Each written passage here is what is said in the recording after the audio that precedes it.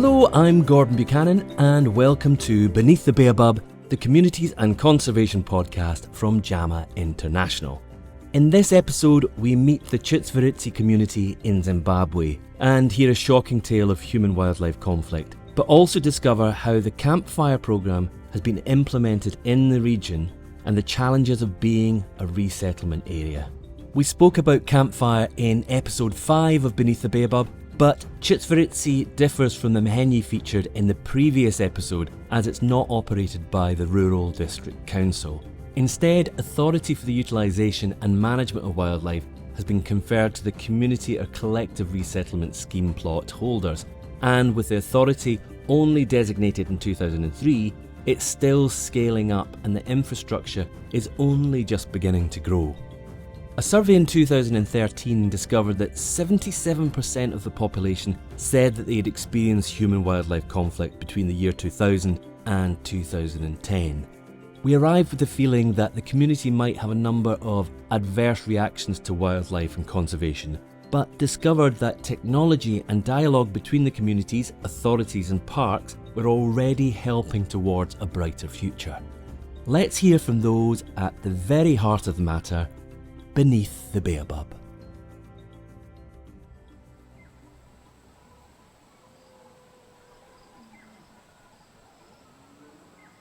I've come to this community which is just on the fringes of the Gonareju National Park.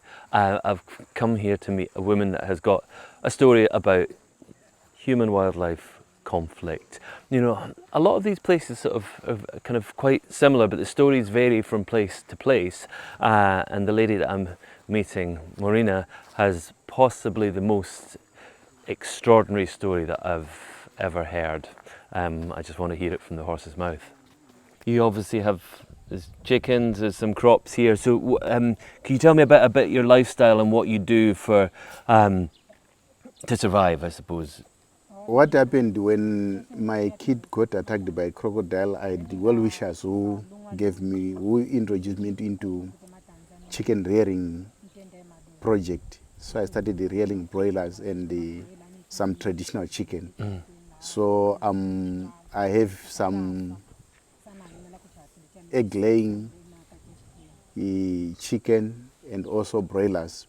And if you wouldn't mind, would you be able to tell me about what happened the day that Gideon was attacked? I was more than 100 meters away from the initial point where I was fishing. However, my sister-in-law was the other side, looking the opposite side from where my kids were seated. And then they are the ones who just saw the point when the crocodile was now snatching the baby. So when they saw that incident happening, I just heard them calling the child here. And then they were all crying. They were just crying, calling out that the kid here, the kid here. So that's only what I heard. That's unbelievable. It's like the kid was almost, half of the body was swallowed by the crocodile. So it's only from the leg portion going, these are the parts which are outside the body, the mouth of the crocodile. The rest of the body, it was inside the crocodile. So he was head first in the crocodile's mouth? What I did, I went straight after touching the nose. The crocodile stopped moving, and then I had to put my hand inside the mouth, and then I grabbed something which is like a tongue. This is the one I started pulling. When I pulling at the same time, I was pushing the babe outside the mouth of the crocodile. And just to back up, I mean, at the point that you went into the water, what were you just thinking, I have to save my baby? Because a lot of people wouldn't do that. It takes a special kind of bravery to do that, to forget about your own safety. A lot of people will have just seen the crocodile disappear and they would lose their child. But so why What was going through your head? I think what was going through your mind at that point, or So- was anything? You just reacted. The only thing which was at the back of my mind, it was I was trying to save my baby. That's all. And even those who were together on the fishing expedition, they even advised me against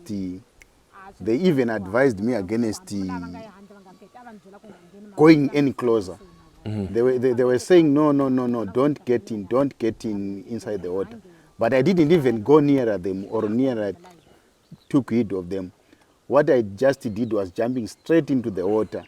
So my only focus was to save the baby. But what I can say is no, I could see God's hand. There was a divine intervention that happened because I cannot fully comprehend what was happening because a lot of people tried to discourage me, but I said no, let me just try. So you've got your scar on your hand there.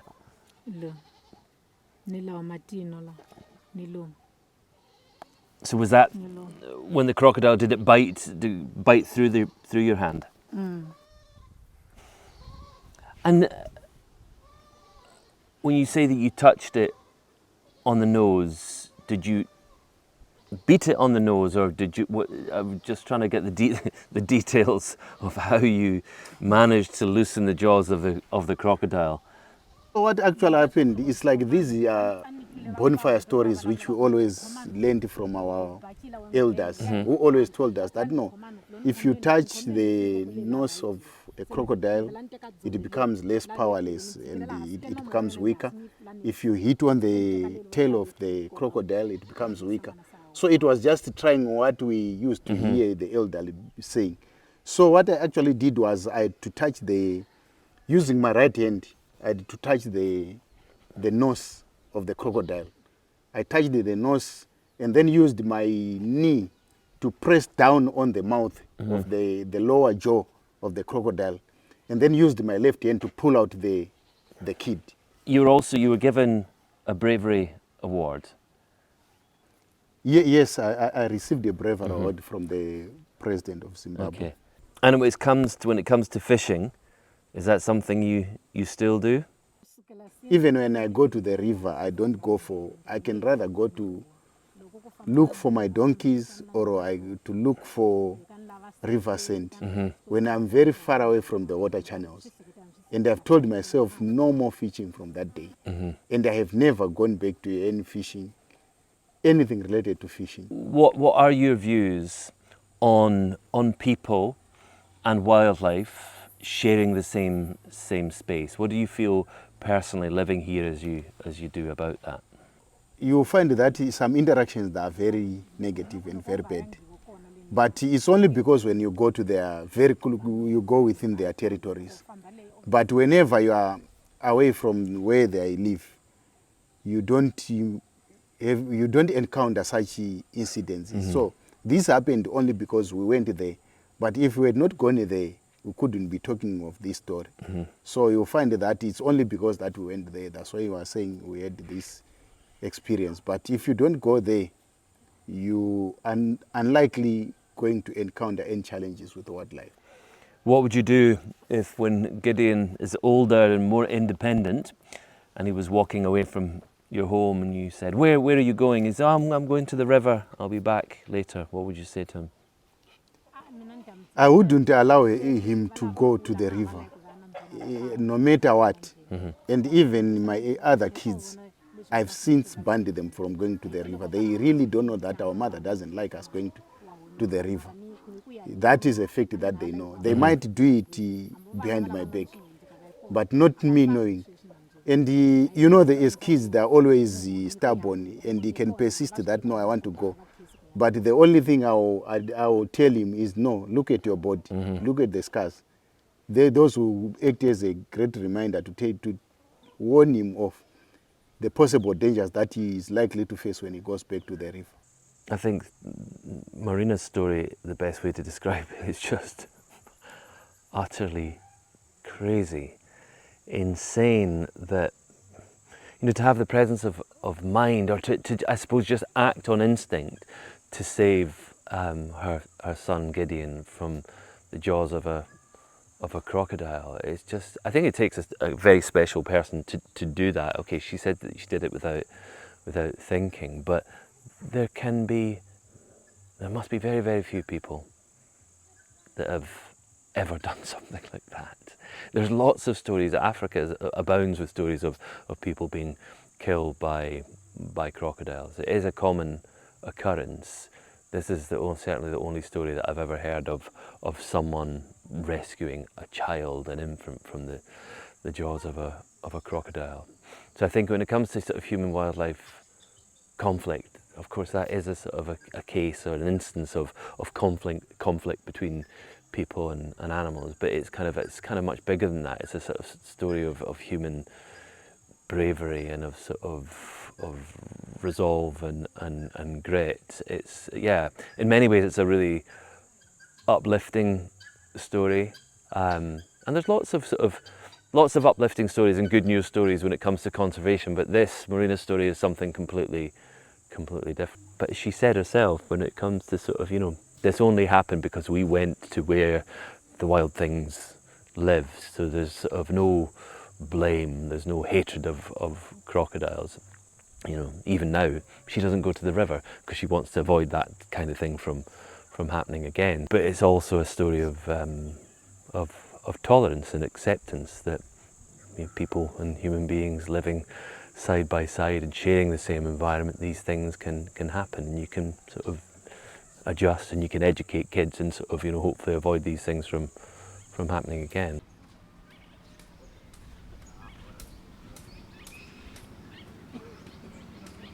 You don't have to move that far geographically to find, you know, a different set of circumstances, a different set of challenges. Here in Chizvirizvi, that's a perfect example of the challenges of this community living alongside wildlife. I suppose the unique things about this area is that we've got Gonarazu National Park off to my right. It's fenced in that section. Behind me there's some community wildlife lands that are also fenced, but off in this direction it is unfenced, so wildlife can come and go pretty much as they please.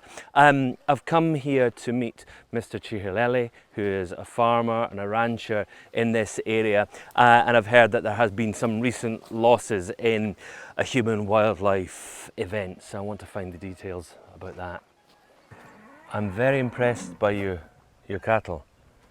They're very big, very strong, very healthy looking. Yeah, this sort of area, it feels, there's lots of trees, lots of vegetation.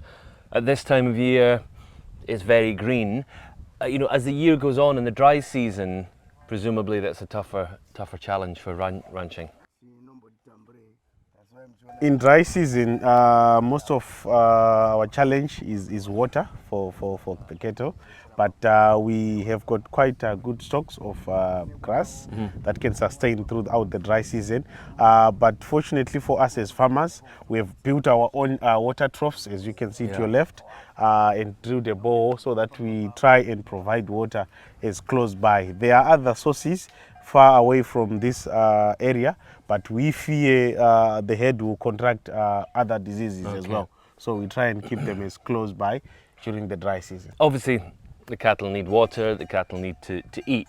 Is it the available land that limits the size of your herd? Is it simply that, or the other pressures that actually, you know, would you like to have more cattle than you currently do? I am mostly limited within this area that I've mentioned because of the grazing. So it's one of the main factors that I keep my herd at minimum. Also, we have got allocated grazing lands, so I would not want my herd to encroach to others. So I'll try and keep the herd that I can sustain within my area. And also, I have not fenced off my farm. So it's also another challenge that if you increase the numbers, then you have to be on all corners trying to guard the cattle from encroaching other grazing areas. Okay. And I suppose somewhere like this, with unpredictable weather patterns, you know, there's a dry period, but you never know how good the rains are going to be. And I suppose in any one year, you're never going to know how healthy your your livestock is going to be. But then when you throw in another big factor, which is human-wildlife conflict, other predators being around here, that's obviously something that you can't control fully. Obviously the cattle are in the kraal, but you know, if there are leopards and lions out there, that's something you can't control. Yes, I can confirm that we have some very prolonged dry spells within this area, and at that period the grass or the feed for our cattle becomes very limited. That's why you see we have got this traditional stock feed stock, where we keep all our stock feeds during the dry season, so as to avoid our cattle going a bit far into the bush, where they are more susceptible to wildlife attack. The last incident that we experienced here, it was in November of last year, 2023, and it happened right here where we are standing. Really? Because my farm is located at the furthest point of this ward, so to this side, to my right side, that's where we've got a boundary with Gonarejo National Park, but it's fenced off, completely fenced off. Then our back was this side, we share a boundary with Malilangwe Trust. It's completely fenced off. Our major challenge is onto the adjacent side of where we are standing here, which is the Save Valley Conservancy. It's not fenced, okay. So that's where most of our wildlife related species comes from, mostly elephants and predators. Okay. Yes, and recently we managed to engage the national parks and the council, and they've created a group which is called Twela. Twela, this is a group where we quickly send in our challenges, problem animal controls. Then either national parks or council can quickly respond to our challenge. I lost 2 calving cattle from my head, and the worst part was the lions would open up the cattle and bring out the unborn cows, and they prefer that the most. But in my surrounding, my neighbors also lost around 6 to 10 cattle the same week. What would the community have liked to happen immediately? If you could say, okay, if you were coordinating the response, other than reporting it, what would you like to have seen happen in those first couple of days and first couple of incidences? What we would urge for, or what I would urge for on behalf of my community, is to continue having that Twela system up and running. Also, it has been backed up by scouts or monitors who are roaming around this area with motorbikes, just in case they came they have an encounter with this pride of lions or any other predator in that case. So they quickly scare that off before we could have a loss. The dilemma or the dynamic of this area is we are keeping cattle for our survival. Our neighbors are keeping the wildlife. So no one wants to lose the other.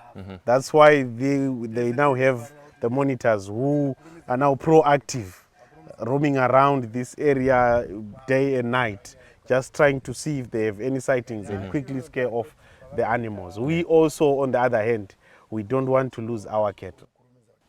I suppose it's an idea of having it's like an emergency service. You know, for where I come from, if there's a fire, you phone the emergency services and the fire engine will show up. Or if it's the police, if it's a crime, the police will show up. Or an ambulance if someone's had an accident. But in those cases, the firemen don't go, oh yeah, you're reporting a fire, and then they go away. And the police don't come and say, oh yeah, you reported a crime. And they obviously try and find the criminal. So I suppose here what you want is the reporting to be in place, but the response as well. Because I suppose if there's no response, the reporting is almost meaningless. Yes, what you are saying is correct. What we have also tried to do is to also, besides the Twela system, come up with a WhatsApp group where each and every incident that is posted within the system at the same time pops up within the WhatsApp group where we are as a community. We are there, National Parks is there, and Malilangwe Trust is there. So if we do not have any response within the shortest time possible, we can quickly make follow-ups because everyone is in that group and they would have seen that there is an incident already. We are the owners of the wildlife which is being looked after on our behalf by the national parks, by Malilangwe Trust. It's our resources as citizens and as local people of this area. We have been living side by side back then with the wildlife, and we think it's also an important part of our life that we also conserve, that we also keep our wildlife, and we are willing to continue doing that. That's why you see that till today you still have got good populations of wildlife regardless of the challenges that we also face in terms of our relationship. And what with your forefathers living in this area alongside wildlife, what was the relationship with predators back then? Obviously people would have cattle back then. There were no fences, no national parks. What were the control measures that people would have? Our forefathers, and we were still young boys by then, in terms of the structural strength of the cross, it was a bit different from what you are seeing here. We could use very, very strong and very long paws like this one that he is pointing to construct. But however, with evolving times, now we are trying as much as possible to minimize cutting down indigenous trees. So it also becomes a challenge to us to continue practicing what our forefathers were doing. But that was one of the measures. We could also, after such a strong structure, put fire around the crow during the night. We could hear lions from a distance, but they could not come and attack our cattle. Also, during that time, our fathers had our traditional religion that they could do to protect their head. That even during the day they could pass by lions sleeping by the side, but it was also one of the measures that are with times evolving, then we lose that touch of the real African tradition that was used by our forefathers. And as you said, there's a sense of ownership in the community of not just your cattle, but of the wild animals. Obviously, your cattle bring benefits to you and your family. Are there other benefits that wild animals bring to the community and to individuals? Our major benefit might not be direct, but we think the future generations, which are our kids and they are also kids to come, who need to see and learn how animals survive within their natural habitat. And I would say in some areas there are kids who don't even know a lion, but here we are fortunate enough that our partners who are bordering us, which is the National Park and Malilangwe Trust, they can also come pick up our kids for game drives, for them to see a live elephant, what does it look like? A live giraffe, what does it look like? For us, I think it's something that we also value and continue to conserve the wildlife, and we see that as a benefit. With increasing wildlife populations, with a growing human population, is coexistence feasible long term? In that situation, obviously, it will result in a very negative relationship because the land is not increasing in which us as humans as well as the animals are existing. But however, our government usually roll out programs to cull mostly elephants when there are so many. There are also other interventions like hunting in other areas. So you see that we think that can help in terms of trying and keeping wildlife populations at optimum levels and within the carrying capacities of the designated wildlife areas, so that we do not have so much conflict within our communal areas. Recently in our Gonarejo National Park, there was a restocking of rhinos because there were too few. The populations were close to zero. But that was a good news for us, because we now know that we now hold rhinos just close to us and within our national parks. This also helps us as a local community to be very, in terms of our traditional value, that we still have got rhinos and we own such big numbers of wildlife that is thriving within our national parks. No, it's doing a great job. Maybe my last word would be from our experience here. I think we also need aid in terms of coming up with recent technology for water provision. As you could see, my bore is a manual bore.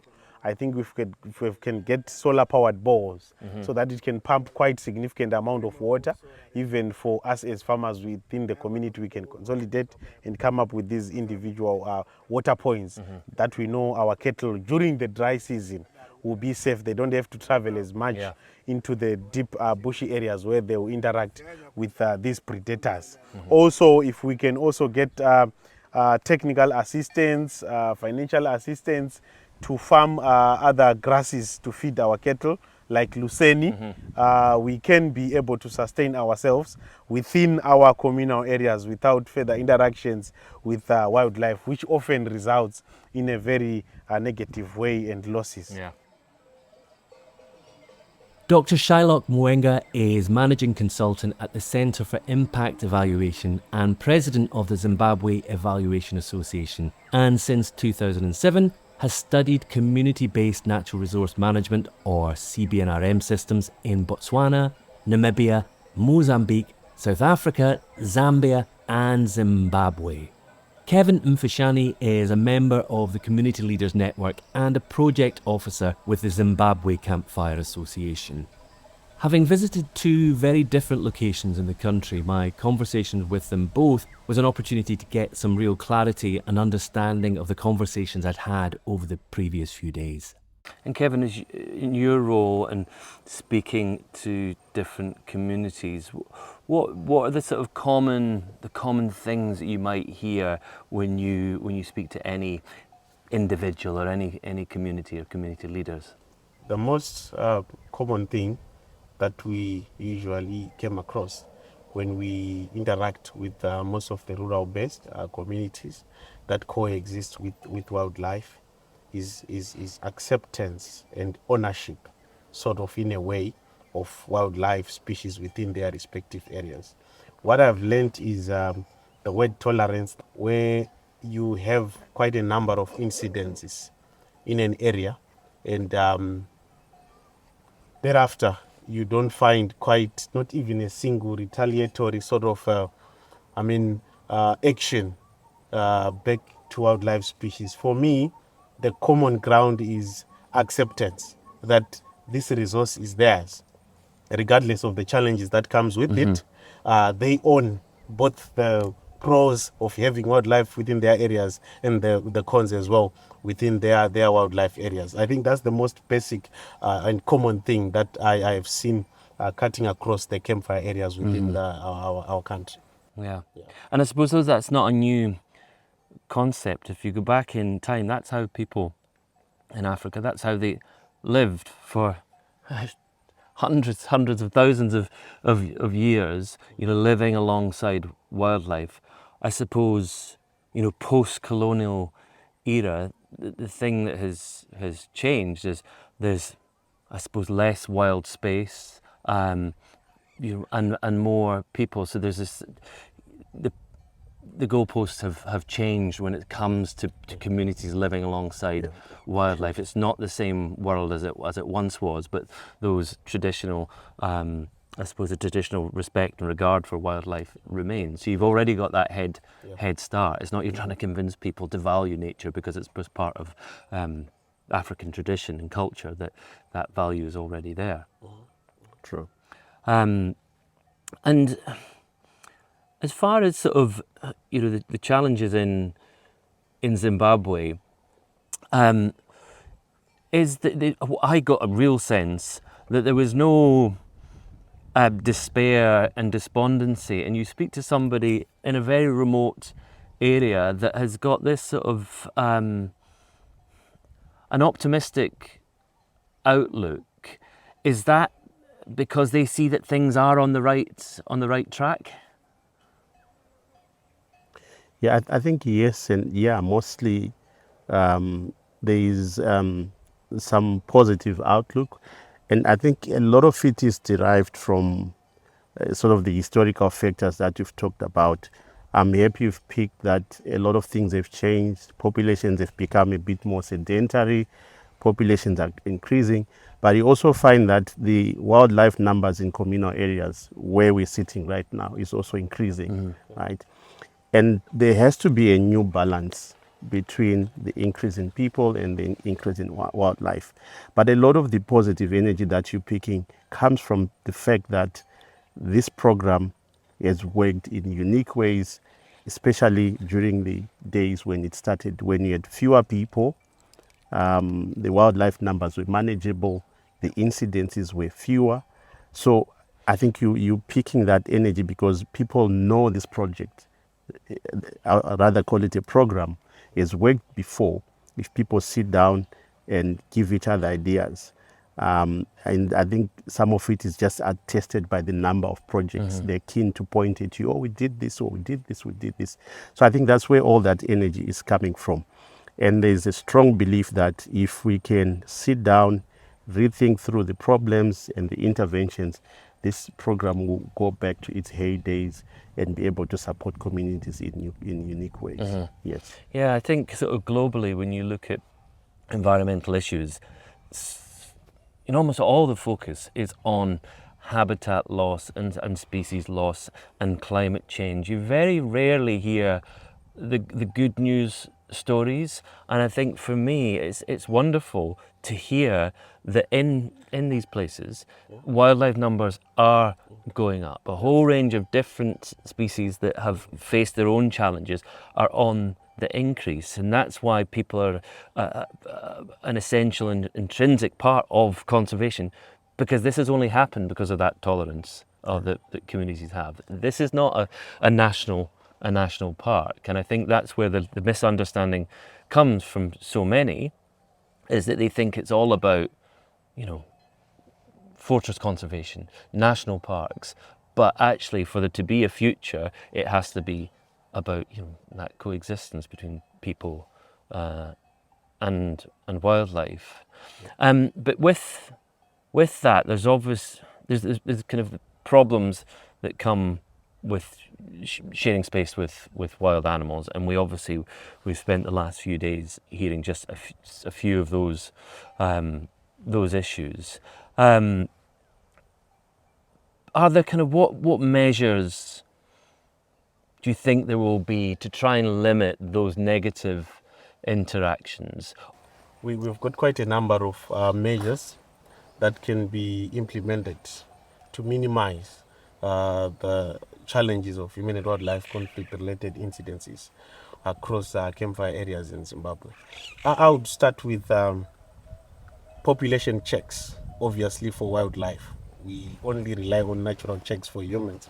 So I think if whenever a certain species has gone beyond the carrying capacities of the habitat, then we have to come up with measures that can maintain the populations within the acceptable limits of the area, both of the area and the communities, so that we minimize the interactions.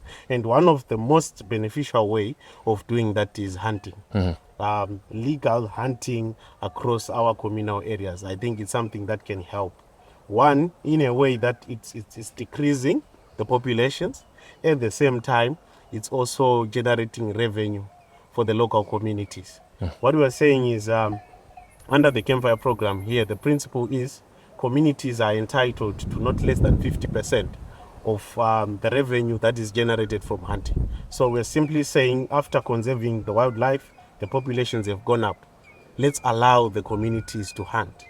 After they hunt, they can generate something for their day-to-day livelihoods. I think first and foremost that should be the critical way. But however, we are facing a challenge of some global policies that are also, speaking against that, which is quite unfortunate for this side of the globe, where we have got quite a number of these wildlife species and in abundance. And at the end of the day, if we maintain those high numbers, we end up having high incidences of livestock predation, fatalities. I think you have over this week, had first-hand information on how really dangerous these wildlife species can be on human lives, also that can affect their day-to-day lives. So I think if we can allow the population checks for wildlife, it's quite a good way, which is beneficial to both the communities and to reduce human and wildlife conflict incidents. Fundamentally, what we want the world to know and understand is the fact that the realities are not easy, right? And a lot of investments needs to be done in this sector, right? And then, so that's the right to life, right to health, right? We've got right to food when people lose their entire harvest, all those sort of things. So what sort of investments do we then need to put in place, right? We need safe spaces for kids. When we hear of the young boys, some have just disappeared, they're not even known. Why? Because they're trying to access water. It's a dry place. So can we create safe spaces in these communities and improve the lives? Like you said, would you want to live in a community where you are scared that your boy or your girl is not going to come home because they've been captured by a crocodile, a lion, or something of that sort? So it's that thinking that we need to do better, right? Over and above the current interventions. Like, we know there are these guys, the human wildlife conflict verifiers, but you're verifying an incident that is occurred. Then beyond that, what do you do? Nothing. You're simply writing, right? So is that the right thing that we need to be doing now? And even for the world, do we just watch and see? If we all believe that elephants are a public good, we ought to come and pay for this, right? I think we are also, as a country, in a process of trying to come up with some form of relief to human and wildlife conflict victims. And you start to think of how is this process going to self-sustain over a long period of time without relying on external funding. And these are other things that we think this revenue that we can generate locally can be also turned into relieving these victims. And that is empowering the communities, the stakeholders. Is that actually they're the ones that are making the decision. Those are the ones that they're involved in those, creating those revenue streams. I haven't heard anyone say, yeah, we just need people to give us money from the outside to help feed our children, to help keep us safe. No one has said that. It's about allow us to sort of make those decisions about the natural resources, and we are the best people, to realise what our needs are, and they are the people that see the sort of that real benefit in wildlife. And it isn't, as I said, I'll go back to that. It's not about money. It's not about people ruthlessly saying that elephant is worth X amount of dollars to me. It's not about that. It's just a kind of logical way of managing and working with the natural world to the mutual benefit of the natural world and people. I suppose lastly is sort of, what leap forward, maybe let's say 30 years from now. What is this sort of ideal scenario? If all goes well, what would you kind of expect to see if we were to retrace our footsteps and go through the communities that we have done over the last few days? Yeah, just to note that there's 40 years history in these communities of managing these resources. And when we refer to these resources, is them deciding what gets harvested, who comes to hunt, who partners with them in business. So it's not just managing the wildlife, but it's managing the entire business cycle, which includes the money, the development projects, the social projects in terms of benefits that come into these communities. So these are quite well equipped. I think by any standard, if you go across Southern Africa, your highest form of social capital is in communities that are practicing what we call community-based natural resources management, because they're able to put these principles in practice and they've got resources to demonstrate that they've got that capacity to manage. So I think there's a lot of wealth of knowledge, a lot of both social and human capital that has come out of these communities. I think it's only that we didn't have time to go through, but you see a lot of local leaders, politicians, ministers, senators who've started as officers within the project, within this project. Yeah. They've risen to national significance. Go across Namibia, you also come across. So it's been a sort of a melding pot for a lot of ideas that has allowed people to understand how best to represent their communities, and they make it at national and regional level. So I think, just to fast forward, like you say, it's often difficult, but I think an ideal scenario that will happen is, I think, because this movement is getting stronger and stronger, and people need to realize that if we were in the north, maybe you say potentially you see the emergence of a green party, right? That's going to be very much vocal on issues of sustainable use, making sure that these rights are respected and so on.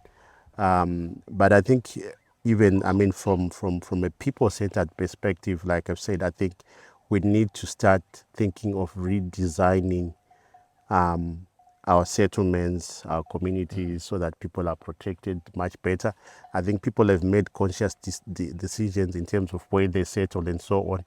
We need to have a new conversations with people in terms of whether people can be centralized a bit more, heavily protected. We've seen the fence on the other side that is quite effective. You don't get wildlife coming in. It's also ideal we could set up such type of protective system where kids can play during the day. Who knows, maybe put pools in these communities, because we hear the boys want to swim, right? So I think the community needs to get a bit more modernized. And as they modernize in that regard of good services, centralized, easy to use, health in that regard, what you actually see is there'll be a lot of opening up of space for more wildlife. Yeah. That will be potentially what you see in the future.